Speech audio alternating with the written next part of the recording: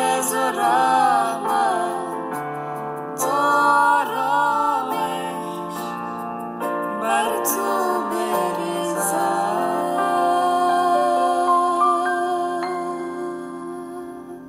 با درود و آرزوی سلامتی برای شما هموطنان گرامی، میپردازیم به نشر برنامه این هفته.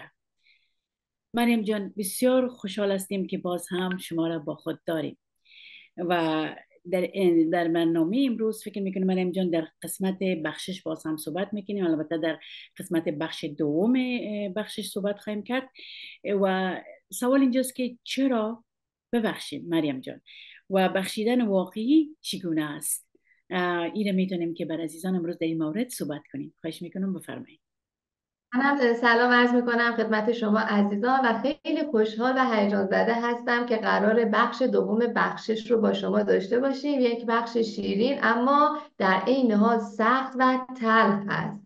و مرسی برای سوالی که پرسیدین خواهر عزیزم. به همونطور که ما انتظار داریم که خداوند ما رو ببخشه و بخششش رو در قلب و وجود ما بریزه، باید از خداوند بخوایم که این قوت رو به ما بده تا ما هم بتونیم دیگران رو ببخشیم. هر زمانی که ما با عزیزان در رابطه با بخشش صحبت میکنیم، همیشه اولین چیزی که به ما میگن اینه که بخشش خیلی کار سختیه و ما هم میخوایم همین جواب رو بدیم که واقعا بخشش خیلی کار سختیه. اما وقتی که از خداوند بخوایم که این کار رو برای ما انجام بده و این قوت و توانایی رو به ما بده، اون موقع میبینیم که یک روند راحت تری برای ما میشه. ما باید دیگران رو ببخشیم تا در قلب ما کینه و تاریکی و تلخی به وجود نیاد، چون بخشش معمولا همه با کلمه بخشش مشکل دارن، چون سریع اون حس انتقام جلوی چشمشون میاد و اینکه فکر میکنن با اون نبخشیدن میتونن آسیبی رو به طرف مقابل بزنن یا اینکه اون شخص رو مجازات کنن. اما در واقع خداوند از ما میخواد ببخشیم تا اون مرهم در قلب ما ریخته بشه و بخشش در واقع شفای قلب درد کشیده ما هست و مثل اون داروی تلخی میمونه که ما توی بچگی میخوریم و نیاز داریم که اون رو بخوریم با اینکه تلخه تا سلامتی رو به دست بیاریم. آمین مریم جان. واقعا همونطور است. اگر فکر کرده باشیم مریم جان، از طریق بخشش میتونیم که با کسانی که با ما توهین کرده‌اند آشتی کنیم. یعنی بخشش میتونه که ما آشتی بکنیم و تا زمانی که کسانی را که با ما توهین کردن نبخشیم، رابطه ما که از اونا اصلا خوب نمیشه و در امو نزاع و جنگ و امو خشم و افسردگی حتی پیش میآید. بخشش این امکان به ما میده که تمام امو رابط ما که از اونا یعنی بازسازی شود و این بازسازی فقط تنها توسط توبه و اعتراف است. اگر ما کسی را که رنجاندیم ما خود ما به حضور خدا نریم، توبه و اعتراف نکنیم، چطور میتونیم که دیگران را ببخشیم؟ از او خاطر وقتی که ما دیگران را بخشیدیم میتونیم از دل جان با اونا صحبت کنیم، رابط خدا حسنه بسازیم و با اونا با محبت رفتار کنیم. یعنی واقعا خدا رو شکر میکنیم که ما در این درس ها متوجه میشیم که بخشیدن چقدر مهم است که ما باید ببخشیم. و در این قسمت فکر میکنم یک آیه است از کتاب افسوسیان، آیاتی است که بخونیم که ببینیم کلام مقدس بر ما چی میگه. در کتاب افسوسیان فصل 4 آیه 32 اینطور میخوانیم مریم جان که میگه نسبت به یکدیگر مهربان و دلسوز باشید و چنان که خدا در شخص مسیح شما را بخشیده است شما نیز یکدیگر را ببخشید. پس ما اول بخشیده شدیم، اول عیسی مسیح ما را بخشید. پس ما وقتی که او بخشش از خداوند داریم چطور امکان داره که دیگران را نبخشیم؟ ما وقتی که اعتراف کنیم به حضور خدا رفتیم دیدیم چقدر گناهکار بودیم و بخشیده شدیم، فیض عیسی مسیح ما را بخشید و حال ما هم باید دیگران را ببخشیم تا روابط ما با اونا حسنه شود.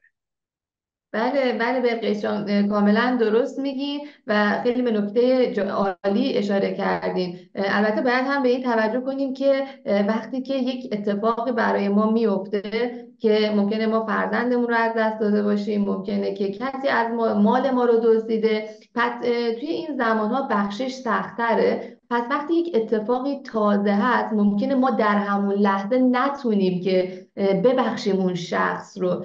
بخشش در واقع مثل یک اتفاق قدم به قدمه، یک روند سلامتی رو دنبال میکنه و نیاز به زمان داره. ممکنه 1 ماه طول بکشه تا ما بتونیم اون شخص رو ببخشیم، ممکنه چند ماه، یا ممکنه 1 سال یا چندین سال، ولی مهم هست که ما این قلبمون رو به حضور خداوند ببریم و این تصمیم رو بگیریم که ما میخوایم ببخشیم و از این درد آزاد بشیم. البته هیچ وقت فراموشش نمی کنیم، اما دیگه اون درد اولیه رو نخواهیم داشت. و همونطور که گفتیم، بله حتما اگر که خود ما دچار رنجش شدیم برای کسی و ممکن، چون همیشه فقط این نیست که ما از شخصی ناراحت بشیم، ممکنه که ما هم دچار دلشکستگی باشیم برای شخص دیگه. خیلی عالی هست که توبه کنیم، به حضور خداوند بریم. خیلی مهمه که به اون شخص اهمیت بدیم، ازش دلجویی کنیم و اجازه بدیم تا دوباره اون ارتباط ایجاد بشه. و یک نکته مهم دیگه که خواهر بلقیس جان اشاره کردیم در رابطه با رابطه داشتن، بخشش باعث میشه که ما روابطمون دوباره ترمیم بشه و بتونیم با هم ارتباط بگیریم. البته این به این معنا نیست که ما باید با هر شخصی یک ارتباط صمیمی و یک ارتباط از روی اعتماد داشته باشیم. ممکنه یک شخصی در زندگی ما اومده که خیلی آسیب جدی زده و یا برای خانواده ما خطرناک است.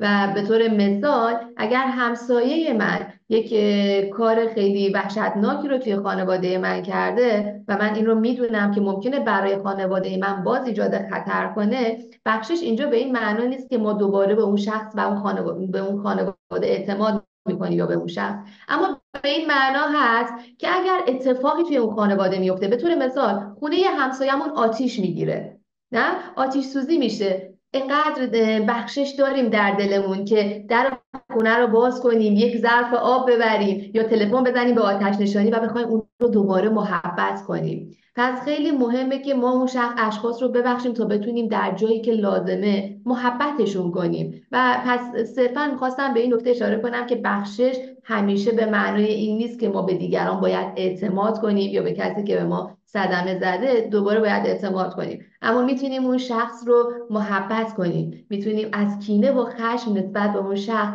آزاد بشیم. خواهر بلقیس جان، 2 تا تصویر هست که ممنون میشم اگر اون تصویر اول که یک قفس هست و یک پرنده، اون رو شیر کنید تا عزیزان ببینن. بله بله، تصاویر با عزیزان شریک میسازیم و ببینن. شما میتونین در این زمان در مورد تصاویرم صحبت کنین، تصاویر نشر میشه برشان. بله بله بله بله. عزیزان، در این تصویر ما یک قفس رو میبینیم و که یک پرنده از این قفس آزاد شده. وقتی که شما در واقع اون کینه و خشم رو در دلتون نگه میدارین، پرنده توی قفس در واقع خود شما هستین. خود شما هستین که اجازه دادین که توی اون اتفاق و اون تلخی که توی زندگیتون افتاده اسیر باشین. اما وقتی تصمیم میگیرین که اون شخص رو ببخشین، مرهم میشه برای درد شما و مثل یک پرنده از قفسی که برای خودتون از اون اتفاق درست کردین آزاد میشین. همینطور که میبینی یک سری فلش ها در مسیر پرواز این پرنده هست که باز این فلش ها داره نشون میده که این پرنده از همون اول اوج نمیگیره، رفته رفته، یعنی این درد رفته رفته برای اون کم رنگتر میشه تا زمانی که میتونه یک روزی در اوج دوباره پرواز کنه. و همچنین یک تصویر دیگه هست، تصویر مردی که با زنجیر بسته شده و از اون زنجیر آزاد میشه، باز هم به همین شکل است. وقتی شما کینه و نبخشیدن رو در دلتون نگه میدارید، مثل شخصی هستین که سالهاست دارین با یک بار سنگین، با زنجیر سنگینی که دورتون بسته شده زندگیتون رو ادامه میدین. اما وقتی نمیگیرین که ببخشین، در واقع اجازه میدین که این زنجیر نبخشیدن، این زنجیر کینه و انتقام که به دستها و بدن شما از شما رها بشه و دوباره احساس آزادی کنین. خداوند میخواد که ما ببخشیم. خداوند خودش داور و قاضی، به این معنا نیست که اگر شخصی جرمی رو کرده و یا اتفاق تلخی رو رقم زده دیگه هیچ وقت مجازات نمیشه و یا اینکه خداوند اون رو نمیبینه. اما خداوند از شما میخواد که شما داور و قاضی نباشید. خداوند خودش داور و قاضی عادله. خداوند میخواد که شما از این بار سنگین آزاد بشین و با بخشش، با داروی بخشش دوباره قلب شما شفا پیدا کنه و آروم بگیره. واقعا مریم جان چقدر عالی هستی، تصاویر که تشریح میکنه همه چیزه. و مخصوصا که شما گفتین که خداوند نمیخواد که ما قضاوت کنیم. به خاطر ازی که اگر ما بخوایم بازم قضاوت کنیم پس نبخشیدیم، پس ما دمو جر و بحثی که داشتیم فکر ما مشغول است و هیچ آرامش نداریم. به صدد بله عزیزیم که و عزیز خود قضاوت کنیم. از همون خاطر خداوند چقدر مهربان است، نمیخواد که ما قضاوت کنیم، همه چیز خود خداوند به دوش خود میگیره، چون هو بهتر میفهمه، هم ما را هم طرف مقابله بهتر بله معذرت میخوایم ما رو درک میکنه. به اون خاطر است که ما اجازه قضاوت کردن نداریم و یام چی است پس هم بازم به نفع خود ماست که اگر ما بخوایم قضاوت کنیم پس از دل جان نبخشیدیم، فقط بخشش مال ماست که ما ببخشیم. همچنان مریم جان یکی از موارد که باید در این بحث بگنجانیم این است که اگر من عامل توهین باشم چطور، اگر من کسی باشم که باید بخشیده شود چی، در این مورد کم روشنی بندازیم. بله بله، اگر ما شخصی باشیم که کسی رو رنجوندیم هم ما باید نزد خداوند توبه کنیم. خداوند این مسیر توبه رو برای همین موضوع گذاشته و همچنین نباید اگر که حالا بعضی وقتا ممکنه ما شخص رو رنجونیم که دیگه هیچ وقت ممکنه نبینیمش، ولی اگر اون شخص حاضر حضور داره و ما میتونیم با اون شخص ارتباط بگیریم، خیلی عالی هست که با اون شخص صحبت کنیم، خیلی عالی هست که دلجویی کنیم از اون شخص و اون قسمتی که باعث شده دلشکستگی در اون شخص اتفاق بیفته رو همچنین برای اون توبه کنیم و دیگه تا اون اتفاقی که پیش نیاد و باعث دلشکستگی شخص دیگه ای نشیم. چون به طور خیلی معمول هست که ما معمولا برامون راحت‌تر هست که دیگران ما رو آسیب بزنن و ما بگیم که نمیبخشیم، نه؟ اما وقتی صحبت خودمون هست که لطمه میزنیم به شخص دیگه ای، نمیخوایم قبولش کنیم و یا میخوایم خیلی راحت ازش رد بشیم. نباید به این شکل باشه. باید عزیزان همونطور که خداوند بخشنده هست ما رو میبخشه و مسیر توبه رو برای ما گذاشته، توبه کنیم، نزد اون شخص بریم تا دوباره بتونیم یک رابطه صحیح رو داشته باشیم و یک رشد عمیقی هم هست برای ما، چون همه ما گناهکار هستیم. همه ما کلام خداوند میگه هیچ کس نیست تو این دنیا که گناه نکرده باشه. پس چون همه ما گناهکار هستیم میتونیم به نزد خداوندی بریم که آغوشش برای ما بازه، توبه کنیم و دوباره یک رابطه صحیح رو شروع کنیم با اون اشخاص. آمین مریم جان، واقعا همونطور است. چه خوب است مریم جان که امرای بیننده عزیز ما مثلا چند لحظه همیشه که اگر وقتی که کسی را رنجاندیم یا فکر میکنیم که اینجا اشتباهی ما بوده، بشینیم آرام با خدا گوش بدیم، صحبت کنیم، با خدا بگوییم خداوندا این قسمت گناه ما بود، چطور کنم، چی رقم ما باعث بخشش از او باشم، با خدا راز نیاز کنیم. واقعا خدا راه را بر ما نشان میده که چی عکس العمل نشان میتونه در طرف مقابل، یا است که خداوند روح القدس خود او شخص وادار میسازه که یک حرکت میزه که بیشتر شما بسیار قشنگ گفتین که اگر خانه همسایه آتش میگیره ما میریم یک کمک انجام میدیم. پس یک حادثه رخ میده که ما پس امور جبران کنیم، به او عزیز یک نیکویی، یک خوبی را نشان بدیم، یک ندامت و پشیمانی خود نشان بدیم که ما پشیمان هستیم از حرکتی که کردیم، که او زمینه برای از او باز شود که او بتونه ما را ببخشه. از او خاطر این بسیار خوب است که از خداوند بخوایم به این گناه را نزد خدا اعتراف کنیم و از او آمرزش گناهان بخوایم و واقعا که خداوند مهربان است و هر چقدر بار ما سنگین باشه، گناه ما سنگین باشه، میبخشه، به شرط او که ما بریم به حضورش و از او بخوایم و اعتراف کنیم که این عزیز ما به این قسمت رنجاندیم.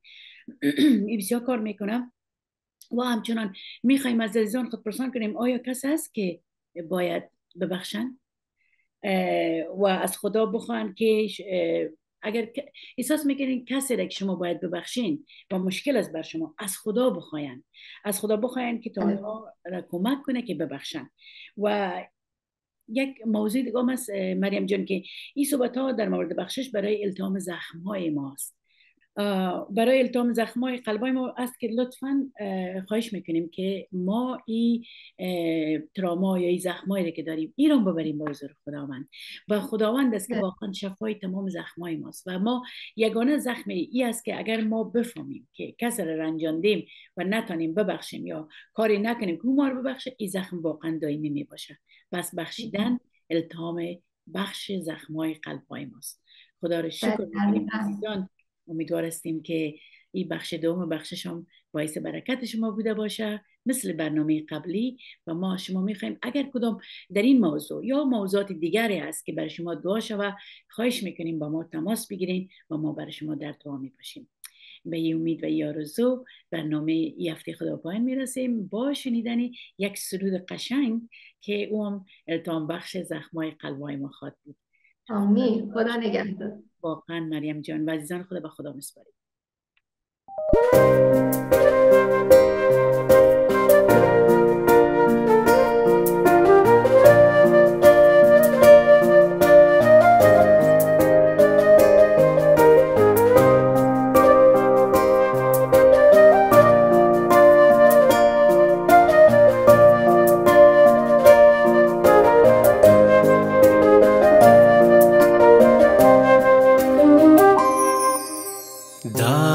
صلیب آویخته شد او برای ما، جانش را داد او بهر گناهان ما.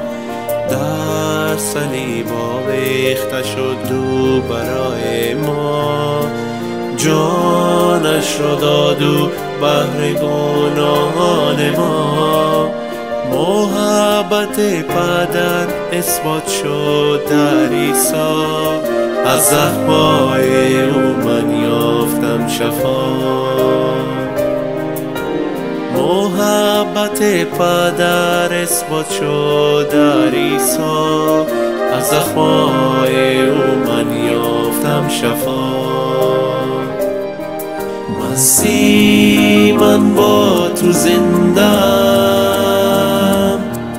مسیح من با تو پیوندم، مسیح من با تو میفخرم. مسیح مضمون حیاتم، مسیح من با تو زندم، مسیح من با تو پیوندم، مسیح من با تو میفخرم. مسیح مضمون حیاتم.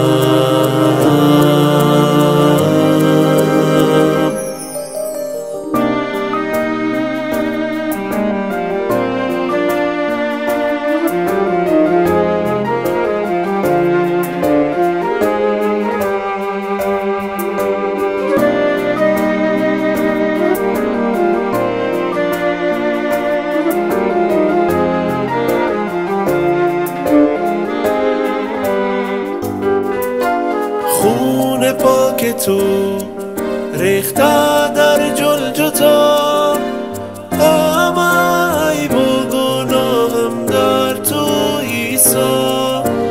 در صلیب تو وقتی بنگرم، میبینم محبت و نجات تو. در صلیب تو وقتی بنگرم، میبینم محبت و نجات تو. مسیح من با تو زندم، مسیح من با تو پیوندم، مسیح من با تو میفخرم. مسیح مضمون حیاتم،